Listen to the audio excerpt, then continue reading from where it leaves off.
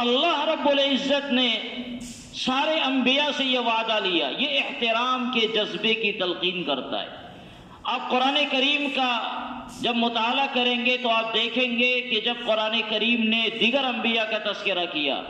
تو کہیں کہا یا نوح، کہیں کہا یا آدم، کہیں یا ابراہیم، سارے انبیاء کرام علیہ الصلوۃ والسلام کا قرآن کریم نے نام لیا ہے اور نام لے کر خطاب کیا ہے۔ لیکن جب بات آتی ہے میرے آقا کی تو آپ کہیں نہیں دیکھیں گے کہ قرآن کریم نے یا محمد کہا ہو، یا ایھا الرسول، یا ایھا النبی۔ ایک دم پیارے بھرے انداز میں پوری تعظیم کے ساتھ اللہ پیغام دے رہا ہے انسانیت کو کہ یہ وہ حبیب ہیں، یہ وہ نبی ہیں، یہ وہ رسول ہیں جس کی تعظیم خود رب ذوالجلال کر رہا ہے۔ اس لیے انسانیت کے لیے اس کی تعظیم کی بھی ضرورت ہے، انسانیت کی ذمہ داری ہے کہ اس کی تعظیم کرے۔ اور جب اللہ کے رسول صلی اللہ علیہ وسلم دنیا میں تشریف لے آئے تو قرآن کریم نے باضابطہ آیتیں نازل فرمائی آقا علیہ الصلوۃ والسلام کے ادب، آپ کی تعظیم و توقیر کے تعلق سے، اور بے ادبوں کے بارے میں اللہ رب العزت نے بڑی سخت ہدایات دی، بہت زبردست متنبہ کیا۔ اللہ تعالیٰ نے ارشاد فرمایا یا ایھا الذین آمنوا لا تقدموا بین یدی اللہ ورسولہ واتقوا اللہ ان اللہ سمیع علیم۔ یا ایھا الذین آمنوا لا ترفعوا اصواتکم فوق صوت النبی ولا تجہروا له بالقول کجہر بعضکم لبعض ان تحبط اعمالکم وانتم لا تشعرون۔ قرآن کریم نے ایک دم متنبہ کیا کہ آپ علیہ الصلوۃ والسلام کے یہ آداب ہیں کہ آقا علیہ الصلوۃ والسلام سے کسی معاملے میں کسی کو پیش قدمی کرنے کا کوئی حق نہیں ہے۔ لا تقدموا بین یدی اللہ ورسولہ، حضور علیہ الصلوۃ والسلام سے کوئی آگے نہ بڑھے، کسی معاملے میں بات کرنا ہو تو بھی آگے نہیں بڑھے، کوئی کام کرنا ہے تو بھی آگے نہیں بڑھے، دسترخوان سجا ہوا ہے کھانا ہے تو بھی آگے نہیں بڑھے، راستے میں چلنا ہے آقا علیہ الصلوۃ والسلام سے کوئی اپنا قدم آگے نہ بڑھائے۔ اور ولا ترفعوا اصواتکم، اپنی آوازوں کو حضور علیہ الصلوۃ والسلام کے سامنے بلند نہیں کرنا ہے۔ ولا تجہروا له بالقول، حضور علیہ السلام کی مجلس میں جب ہو تو زور سے اور بلند آواز سے بات نہیں کرنا ہے، ایسی آواز جو آقا علیہ السلام کی آواز سے بلند ہو، یا ایسا بات کرنا جس طرح انسان آپس میں بے تکلفانہ بات کرتا ہے، ایسی گفتگو اللہ کے رسول صلی اللہ علیہ وسلم کے دربار اقدس میں اللہ رب العزت نے منع فرمایا۔ اور اس کے اولین مصداق سیدنا صدیق اکبر اور سیدنا عمر فاروق ہیں، اتنی بڑی بڑی شخصیتیں جنہوں نے پوری زندگی دین کے لیے اپنی قربانی پیش کی، جناب رسول اللہ صلی اللہ علیہ وسلم کے لیے اپنی جان کا نذرانہ گویا پیش کیا۔ اللہ کے رسول علیہ السلام نے فرمایا میں نے سب کا حق ادا کیا، صدیق اکبر کا حق میں ادا نہیں کر سکا۔ لیکن ایسی شخصیتوں کو بھی اللہ تعالیٰ ارشاد فرماتے ہیں کہ خبردار میرے محبوب کے دربار میں جب آپ جائیں تو آپ کی آواز پست ہو، بلند آواز سے آپ بات نہیں کریں، بے تکلفانہ انداز میں بات نہیں کریں۔ اسی لیے اس کے بعد آقا علیہ الصلوۃ والسلام کے دربار میں سیدنا صدیق اکبر وغیرہ کا یہ حال ہو گیا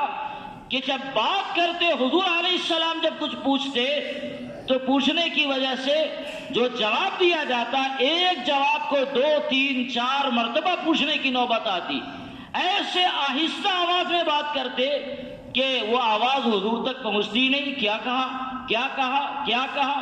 کئی مرتبہ پوچھنے کی نوبت آتی۔ ایک آدھ صحابی تو وہ تھے جنہوں نے حضور علیہ السلام کی مجلس میں اس ڈر سے آنا چھوڑ دیا یا کم کر دیا کہ ہماری آواز فطرتاً تیز ہے، بولیں گے تو زور سے ہی بولیں گے، اپنی آواز پست نہیں کر سکتے۔ تو جب فطرتاً ہماری یہ آواز تیز ہے، حضور علیہ السلام کی مجلس میں جائیں گے تو کہیں ہماری آواز تیز نہ ہو جائے اور گستاخی نہ ہو جائے اور ہمارے اعمال برباد نہ ہو جائے، اسی لیے انہوں نے آقا علیہ السلام کی مجلس میں آنا بند کر دیا۔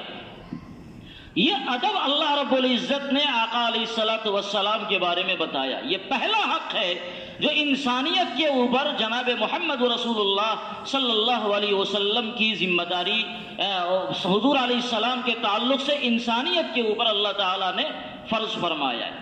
انسانیت کی ذمہ داری ہے کہ حضور علیہ السلام کا اس درجہ احترام کرے۔ اب آپ علیہ السلام دنیا سے پردہ فرما گئے، اب کس کا احترام ہم کریں گے؟ کس کا احترام کریں گے؟ اب تو آپ آئے نہیں تو گویا اس حکم کے مصداق اب کوئی نہیں رہے اور ہم لوگوں کے اوپر یہ کوئی حکم نہیں لگے گا۔ نہیں، آقا علیہ السلام کا جس طرح احترام ہماری ذمہ داری ہے، حضور علیہ السلام سے جو چیزیں بھی منسوب ہے ان تمام کا احترام ہماری ذمہ داری بھی ویسے ہی ہے۔ آپ علیہ السلام کے اقوال، آپ کی تعلیمات، آپ کے فرمودات، آپ سے متعلق چیزیں، آپ کے علوم اور آپ سے متعلق دنیا جہان میں جو چیزیں بھی منسوب ہیں، جو رسالت کے دربار سے کسی بھی طرح کی نسبت رکھتی ہیں، ایمان والے کی ذمہ داری ہے کہ ایمان والا اس کا اسی درجہ احترام کرے جس درجہ اللہ رب العزت نے جناب محمد رسول اللہ صلی اللہ علیہ وسلم کے احترام کا حکم دیا ہے۔ ایک مسواک ہے، مسواک کرنا جناب رسول اللہ صلی اللہ علیہ وسلم کی تعلیم کا ایک حصہ ہے۔ سرما لگانا ہے، آقا علیہ السلام کی سنت میں سے ہے۔ خوشبو لگانا آقا علیہ السلام کی پسندیدہ چیزوں میں سے ہے۔ یہ چیزیں وہ ہیں جو حضور علیہ السلام سے نسبت رکھتی ہیں۔ اس نسبت کا یہ تقاضا ہے کہ آدمی ایمان والا ان چیزوں کا بھی ویسا ہی احترام کرے جیسا احترام اللہ رب العزت نے جناب محمد رسول اللہ صلی اللہ علیہ وسلم کے احترام کی تلقین فرمائی۔ کیا احترام کرے گا؟ ہماری زندگیوں میں سنت کا اہتمام ہو، نمبر ایک۔ نمبر دو، اگر کوتاہیوں کی وجہ سے اگر سنت کا اہتمام نہ ہو سکے تو ان چیزوں کو حقارت کی نگاہوں سے ہمیں نہیں دیکھنا ہے۔ مسواک ہی تو ہے، کون بڑا مسئلہ ہے؟ خوشبو ہی تو ہے، لگا لیا تو لگا لیا، نہیں لگایا تو نہیں لگایا، یہ کون بڑا مسئلہ ہے؟ خوشبو ہی تو ہے جو ہم کہیں، ہم نے مسواک ہی جو ہے جو کہا، اس کا مطلب یہ ہے کہ کسی نہ کسی درجے میں مسواک کی کوئی اہمیت ہمارے نگاہ میں نہیں ہے۔ ایک تو یہ ہے کہ ہم مسواک نہ کریں، یہ ہماری کوتاہی ہے۔ ایمان والے کو سنت کا اہتمام کرنا چاہیے، لیکن اگر مسواک نہ کرنے کے ساتھ دین کے کسی بھی ادنا سے ادنا حکم کا آدمی اگر استہزاء کرتا ہے، اس کی توہین کرتا ہے، تو حضرات فقہا رحمہم اللہ نے لکھا کہ دین کے ادنا سے ادنا حکم کی توہین کرنے والا، اس کی تحقیر کرنے والا دائرہ ایمان سے نکل جاتا ہے، ایمان کے دائرے سے وہ نکل جاتا ہے۔ اگر وہ توبہ کرے تب تو ٹھیک ہے، اور اگر توبہ نہیں کرے گا اور اسلامی حکومت ہے تو اسلامی حکومت کی ذمہ داری ہے کہ ایسے لوگ جو دین کے شاعر کا احترام نہیں کرتے اس کو قتل کر دیں، اس کو زمین پر رہنے کا کوئی حق ہی نہیں ہے، اس لیے کہ یہ چیزیں آقا علیہ السلام کے احترام سے جڑی ہوئی ہے۔ ایک آدمی دین کا احترام کرتا ہے، اس کا مطلب یہ ہے کہ وہ جناب محمد رسول اللہ صلی اللہ علیہ وسلم کا احترام کرتا ہے۔ ایک آدمی معمولی مسواک کا احترام کرتا ہے، یہ اللہ کا حکم ہے، آقا علیہ السلام کی سنت ہے، اس لیے اس کا احترام اپنے سینے میں ہے، تو اس کا مطلب یہ ہے کہ وہ جناب رسول اللہ صلی اللہ علیہ وسلم کا احترام کرتا ہے۔ ایک آدمی علوم نبوت کا احترام کرتا ہے، قرآن کریم کا احترام کرتا ہے، احادیث رسول کا احترام کرتا ہے، یا ان علوم کا احترام کرتا ہے جو علوم نبوی علوم سے منسلک ہے، متعلق ہیں، اس کا مطلب یہ ہے کہ وہ جناب رسول اللہ صلی اللہ علیہ وسلم کا احترام کر رہا ہے۔ اور اگر کوئی آدمی ان چیزوں کی بھی احترامی کرنے لگے، قرآن کی بھی احترامی کرنے لگے،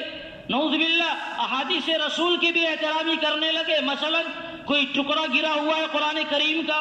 کوئی ٹکڑا گرا ہوا ہے حدیث رسول کا زمین کے اوپر، اور ہم یوں چلتے چلے گئے اور نظر انداز کر دیا اور یہ سمجھا یہ بھی کاغذ کا ایک معمولی ٹکڑا ہے، اس کو اٹھانے کی کوئی ضرورت نہیں ہے، اپنے پاؤں تلے اسے ڈال دیا، رونق دیا،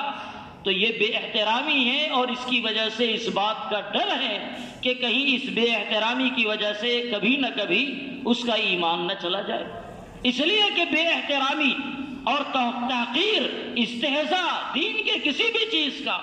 یہ اللہ رب العزت کو گوارا نہیں ہوتا ہے۔ اس لیے پہلا حق اور پہلا حق جو آقا علیہ السلام کا انسانیت کے اوپر ہے وہ احترام ہے کہ آپ کا احترام کریں۔ اگر کوئی آدمی احترام نہیں کرتا، اس کے دل میں عصمت نہیں ہے آقا علیہ السلام کی، وہ گستاخیاں کرتا ہے، نعوذ باللہ، وہ آقا علیہ السلام کے